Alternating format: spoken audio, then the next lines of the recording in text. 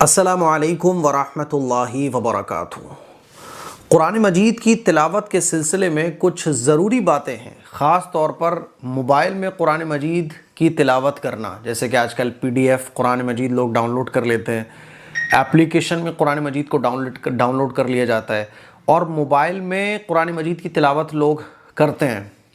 तो इसमें हमारे माशरे में इस सिलसिले में बड़ी गलतफहमी पाई जाती है, तो इसलिए मैं ये वीडियो रिकॉर्ड कर रहा हूँ। ध्यान से इस वीडियो को देखिएगा, समझने की कोशिश कीजिएगा ताकि जो डाउट्स हैं वो क्लियर हो सकें।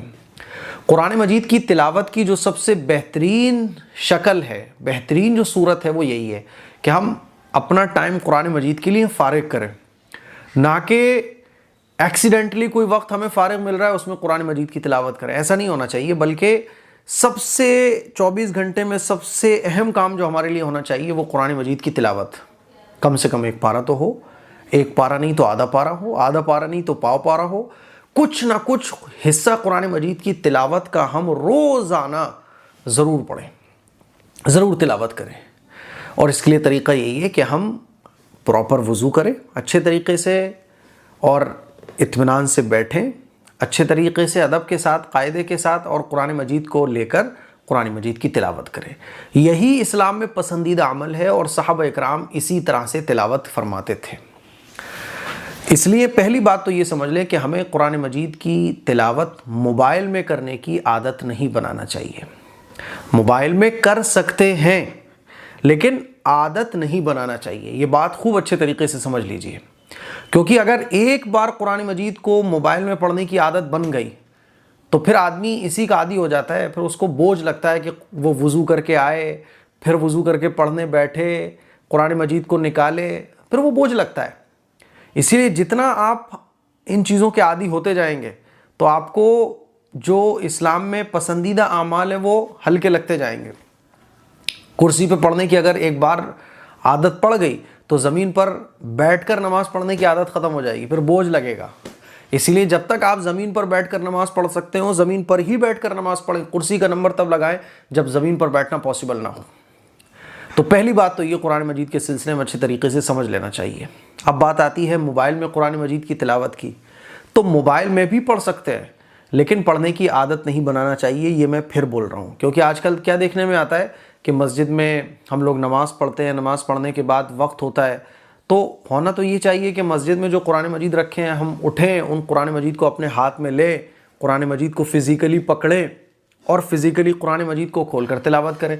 आप क्या देखने में आता है कि लोग अपनी पॉकेट से मोबाइल निकालते हैं और PDF ओपन करते हैं और कुरान मजीद की तिलावत शुरू कर देते हैं। तो याद रखिएगा, कुरान मजीद की मोबाइल में तिलावत जायज़ है लेकिन आप इसको आदत मत बनाओ।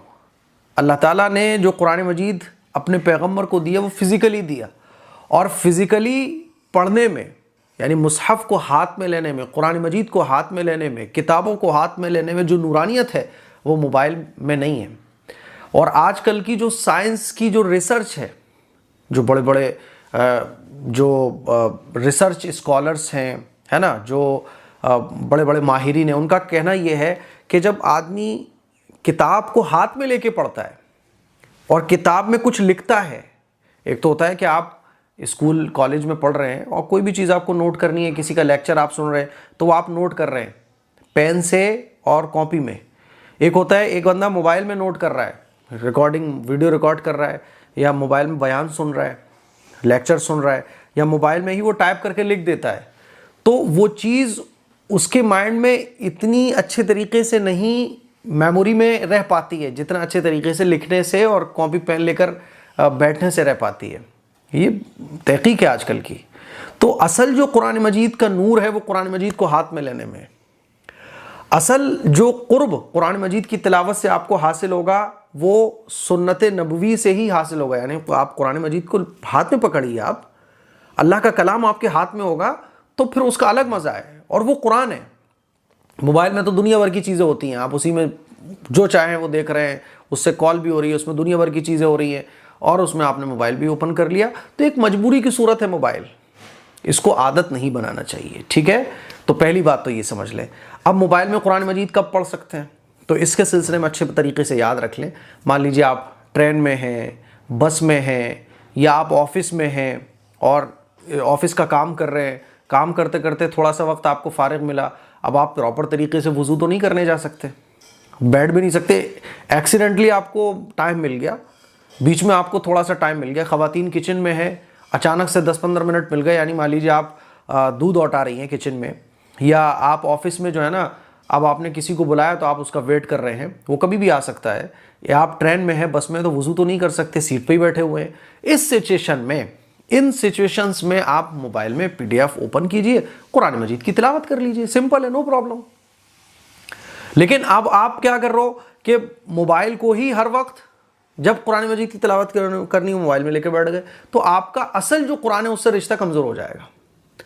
और मोबाइल कुरान नहीं है, मोबाइल में एक ऐप है जिसमें कुरान मजीद ओपन हो सकता है, इसमें वो हलावत, वो नूरानियत, वो कैफियत आपको नहीं हासिल हो सकती जो आप फिजिकली कुरान मजीद को पकड़ के तिलावत करोगे। इसीलिए मोबाइल में कुरान मजीद पढ़ना इमरजेंसी सिचुएशन में, बस, कार, किचन, ऑफिस वगैरह एटसेट्रा, या कभी आप ऐसी जगह मौजूद हो कि आपके पास टाइम तो है लेकिन फिजिकली कुरान मजीद मौजूद नहीं है, तो आप मोबाइल में PDF निकालिए, कुरान मजीद की तिलावत करना शुरू कर दीजिए, नो प्रॉब्लम। अब एक मसला ये भी पूछा जाता है कि मोबाइल में कुरान मजीद पढ़ना हो तो वज़ू करना है कि नहीं करना है। तो 75% स्कॉलर्स का यही कहना है कि मोबाइल में जब कुरान मजीद आपको तिलावत करना हो तो आपको वज़ू की ज़रूरत नहीं है, आप बग़ैर वज़ू के भी कुरान मजीद की तिलावत कर सकते हैं, है ना। लेकिन 25% स्कॉलर्स ये कहते हैं कि मोबाइल में भी अगर आप कुरान मजीद की तिलावत कर रहे हो तो आप वज़ू करो, क्योंकि वज़ू भाई अलग ही, वज़ू का नूर अलग है, वज़ू की बरकतें अलग हैं, ठीक है।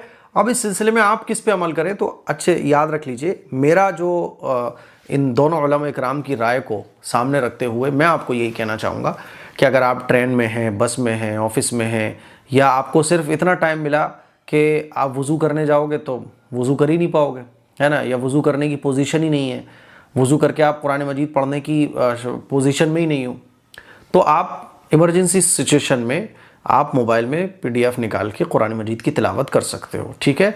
और इसमें भी एहतियात फिर आप ये करो कि जब आप पेज चेंज कर रहे हो तो आप कुरान मजीद की आयत पर टच ना करो, आप नीचे साइड से टच करो, इस तरह से। कुरान मजीद के ऊपर आपकी फिंगर टच नहीं होना चाहिए अगर आपका वज़ू नहीं है, ठीक है।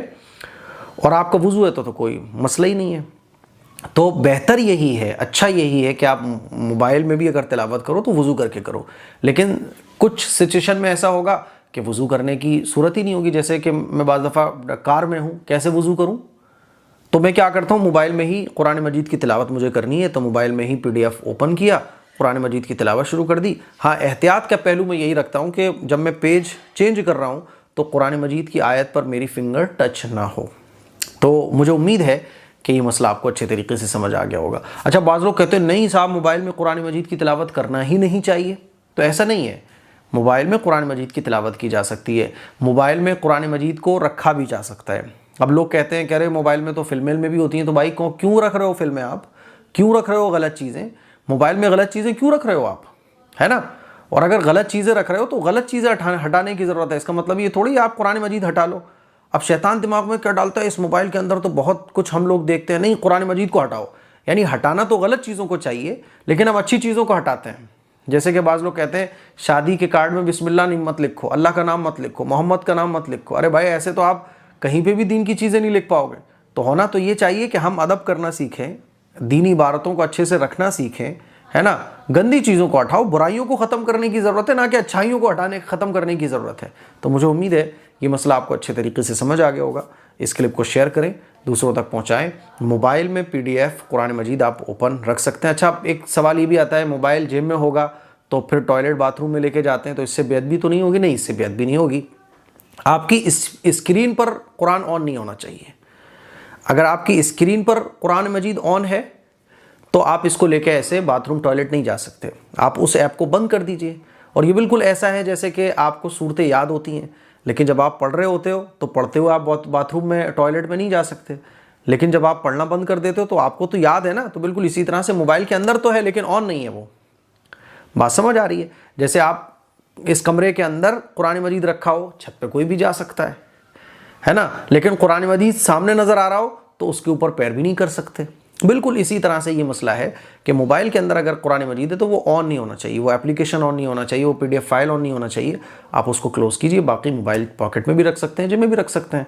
जैसे एक हाफिज़ कुरान के सीने में कुरान होता है, वो टॉयलेट भी जाता है, बाथरूम भी जाता है ना, लेकिन वो कुरान मजीद की तिलावत करते हुए नहीं जा सकता, क्योंकि कुरान मजीद की तिलावत गोया कि कुरान मजीद की तिलावत हो रही है, तो वो बाथरूम टॉयलेट में नहीं जा सकता, बाथरूम टॉयलेट में कुरान मजीद की तिलावत नहीं कर सकते। बिल्कुल इसी तरह से मोबाइल में जो फाइल है उसको ओपन रख के हम नहीं जा सकते।